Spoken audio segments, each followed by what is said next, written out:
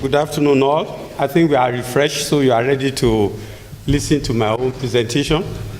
I think my presentation is different from what you have been hearing and what you will probably hear after this one, because I'm here principally to sell a new baby, to a baby that is asking for help so that it can grow to maturity. A new baby that is also unique, because we've been talking about groundwater, we talk about river, but we are talking about integrated, the two combined. So the center is a regional center on integrated river basin management. Not only that, we also have a responsibility for what is called HEP basin. HEP basin is hydrology for environment, life, and policy. So these are basins being prepared to make sure that the hydrology is applied for policy, for life, for environment. And we, the government of Nigeria, in establishing the regional center, decided that we are also ready to lead Africa by coordinating all the HEP basins in the region. So two issues at hand: Integrated River Basin Management Center. And when we talk of integrated river basin, that means surface and groundwater within the basin level. And also we are talking about the African HEP basin. That's the name. And we are located in the north central part of Nigeria, West Africa.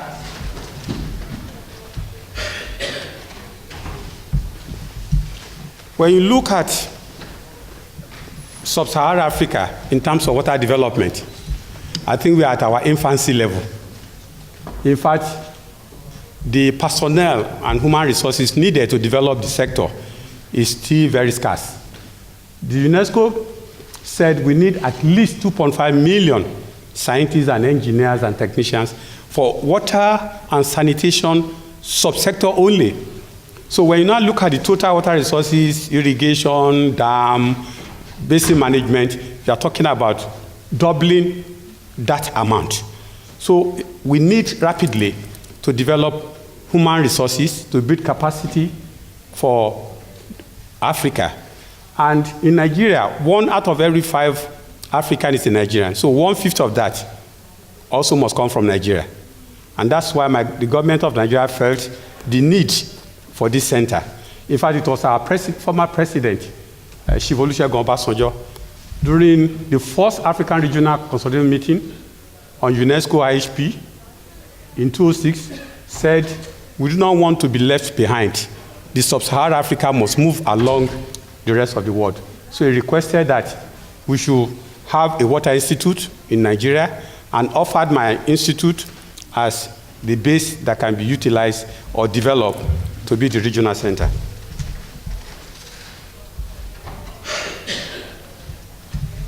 It is now established, and principally our goal is to mobilize and generate scientific knowledge, to pave the way for local knowledge through education and training, address natural disasters and climate change adaptation, which is one of the reasons why we are here with the Cyber Institute, improve access to and management of fresh water, and ensure sustainable and equitable use of biodiversity.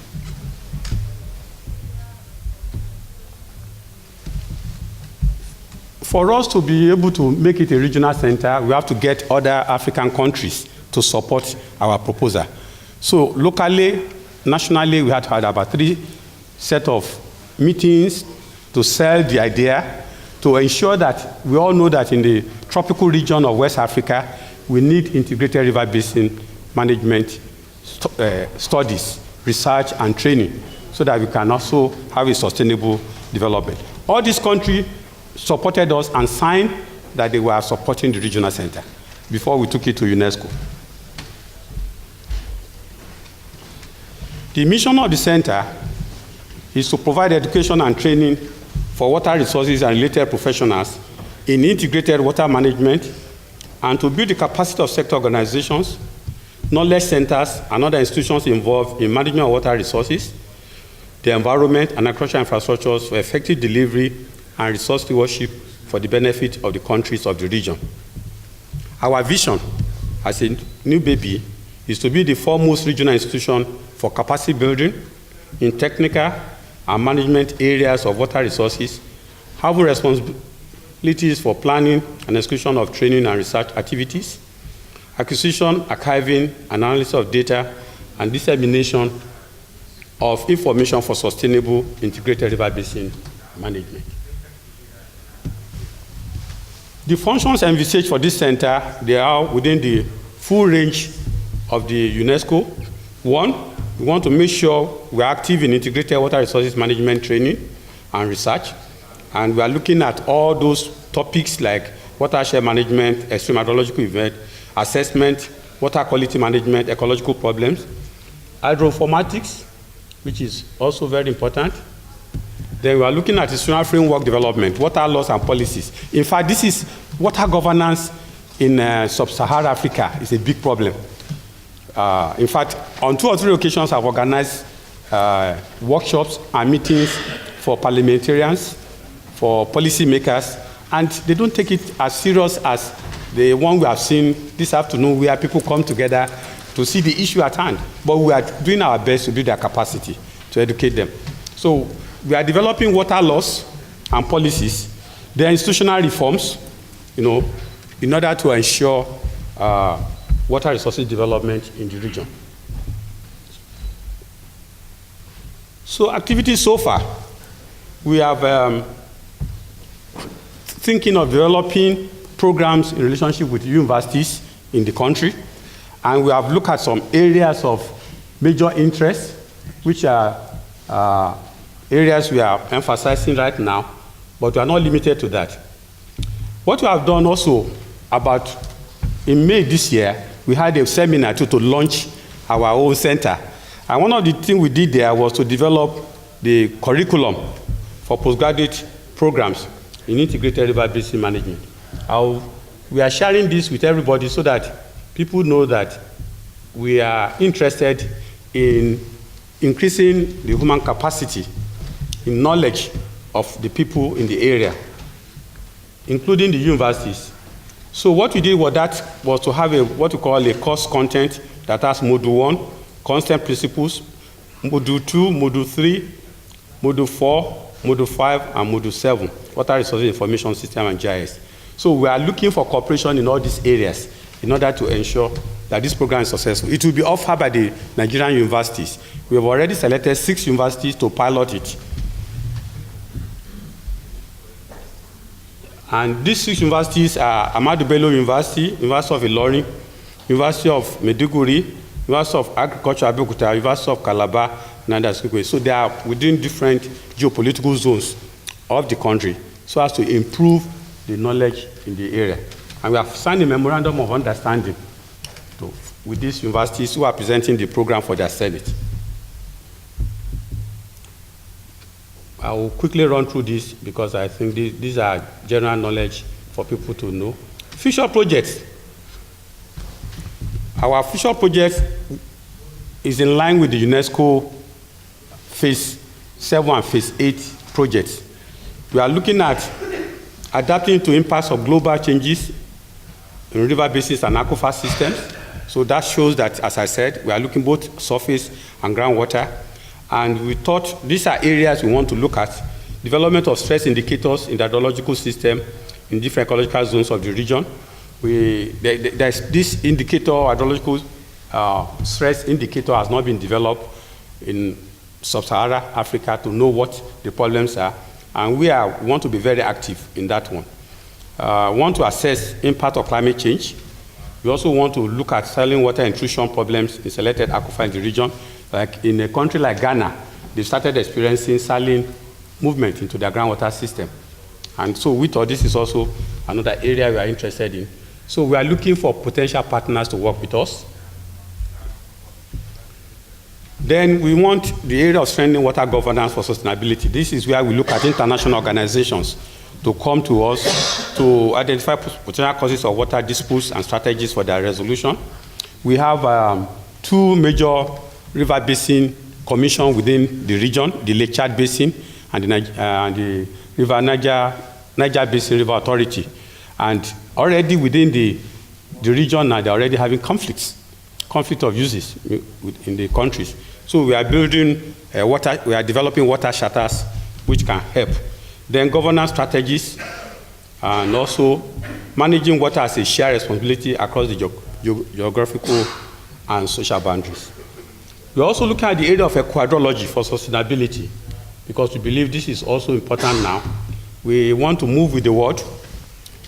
Then water and life support systems is an area we are interested in. And more importantly, water education for sustainable development. And we have professional bodies we are working with. In 2 weeks' time, we are organizing a national water conference on water and food security. And we're already asking secondary school children to come up with topics in the area, to come up with projects, proposals.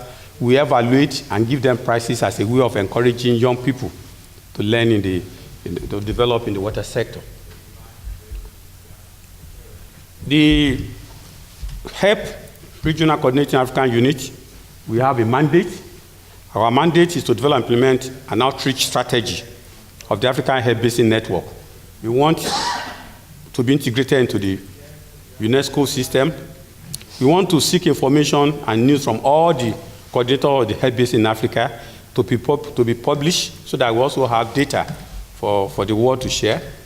We developed this mandate together in South Africa late last year with the African HEP Basin groups in Africa.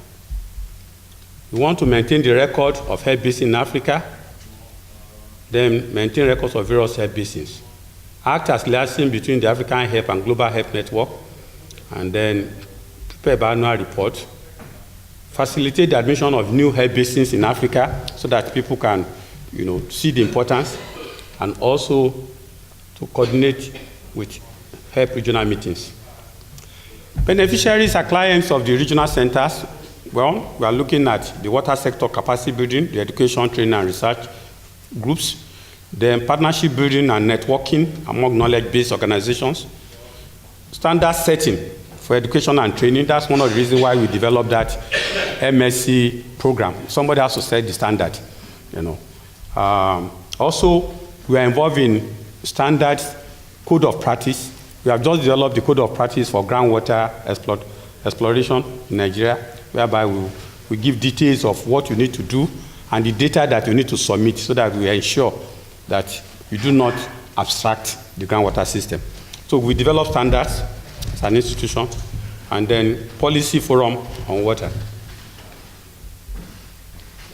I thought I should share some typical RBM problem with you. You can see a house, that fence. You see the level at where the fence is, and see the high level of the riverbank. So, naturally, every year, that house will be flooded. Because most of our banks are not yet well trained. They are still in their natural form. So we are using this to educate people not to come too close to the riverbank, because their houses will be flooded. But naturally, people just buy land and they feel they can have access to to the water resources in there. Another one, you could see a big church at a very lower edge of the basin, of the cross section of the channel. So definitely, this is always flooded every year. These are challenges. The worst one is this one. We have an electricity transformer just at the bank at a low level. So during rainy season flood, somebody who moves in there can feel the electric shock because of the transformer that is in there. And it's the government agency that also put in that transformer there because of lack of knowledge of the whole river course. And more importantly is the fact that all our channels are not yet well defined. In fact, we have just started studying our different cross-sectional channels. And this is the kind of thing you see in most of them.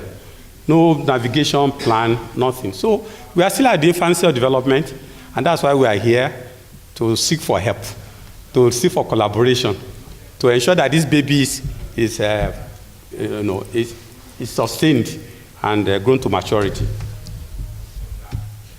Typical problems, flood all the time. People, houses flooded. That's our proposed building for the center, and thank you for your attention.